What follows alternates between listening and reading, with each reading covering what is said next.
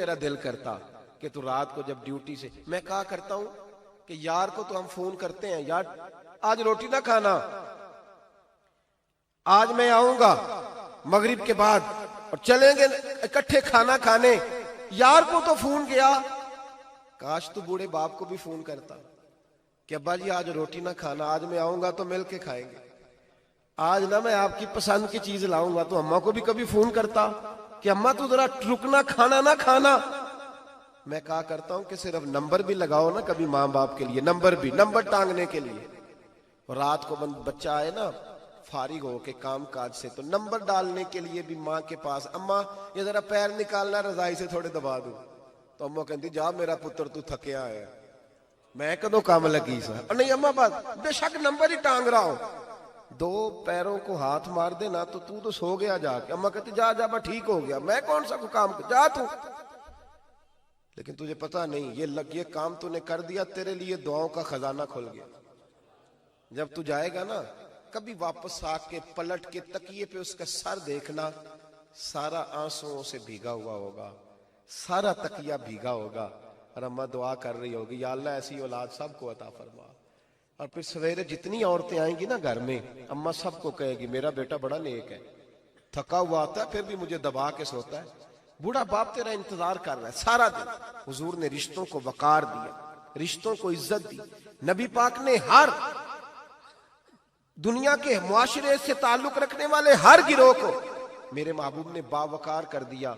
मियां बीवी का रिश्ता लोगों ने समझा था शायद ये ऐसा रिश्ता है कि बीवी पैरों की जूती होती है, लेकिन मेरे रसूल पाक ने इस रिश्ते को वो मकाम दिया, वो मकाम का इसको पांव की जूती ना समझना, ये तो तेरे ईमान के महफूज होने का जरिया है।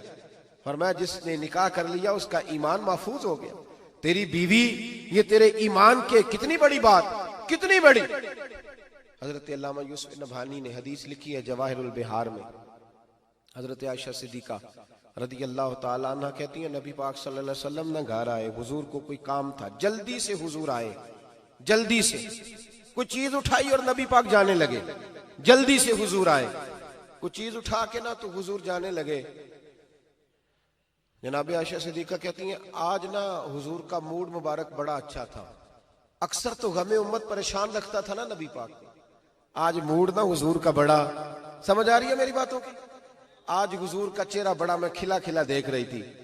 फरमाती हुजूर जाने लगे तो मैं ना आगे खड़ी हो गई दरवाजे के, मैंने कहा हुजूर आज नहीं मैंने जाने देना। हुजूर ने फरमाया बाहर कोई इंतजार कर रहा है, हम तो जब घर में जाते हैं तो अल्लाह ही खैर करे, पीछे पीछे हट जाओ मैं काम से आया हूं, कोई करीब ना आए चीज, फटाफट सारे हाई अलर्ट हो जाओ, एक जूते उतार ले मेरे, एक पानी लेके लाइन में खड़ा हो जाए, एक खाना ले आ, तुम्हें पता नहीं मैं काम करके, ओ खुदा के बंदे बस कर दे, ये तो इंतजार कर रहे थे कि अब्बा आएगा तो खेलेंगे, ये तो इंतजार कर रहे थे कि सीने पे चढ़ेंगे, बीवी तो इंतजार कर रही थी कि आएगी तो मैं कोई बात करूंगी, तो तू आया है घर में तो तू डिक्टेटर ही बन के आ गया। नबी करीम ने रिश्तों को वकार दिया। हजरत आयशा यूं दोनों हाथ दरवाजे के सामने खड़े करके खड़ी हो गई, हुजूर मैंने नहीं जाने देना। हुजूर ने फरमाया आयशा मेरा कोई इंतजार कर रहा है। कहा या रसूलल्लाह लोग तो आ ही रहते हैं, मुझे 10 मिनट चाहिए, मेरी भी बात सुने। कहा बताओ। कहा हुजूर ऐसे नहीं, आप बैठे। महबूब बैठ गए, अर्ज करने लगी या रसूलल्लाह आज मूड बड़ा अच्छा है, मेरे वालिद जनाब अबू बकर सिद्दीक ने मुझसे कहा था जब हुजूर की तबीयत को बड़ा हशाश बशाश देखो ना बेटे तो मेरी और अपनी बख्शिश की दुआ करा लेना, मेरी और अपनी बख्शिश की। अब तो बख्शिश की दुआ कराने भी कम ही लोग आते हैं, अब तो वही वजीफा पूछते हैं जिससे काम कोई ना करना पड़े और पैसे छम छम गिरे, वो वाला वजीफा पजारों के लिए और मकान के लिए और बंगले के लिए। बख्शिश की बात को तो फिक्र होगी तो कोई कराएगा ना, लेकिन वो तो हमारा माहौल ही नहीं रहा।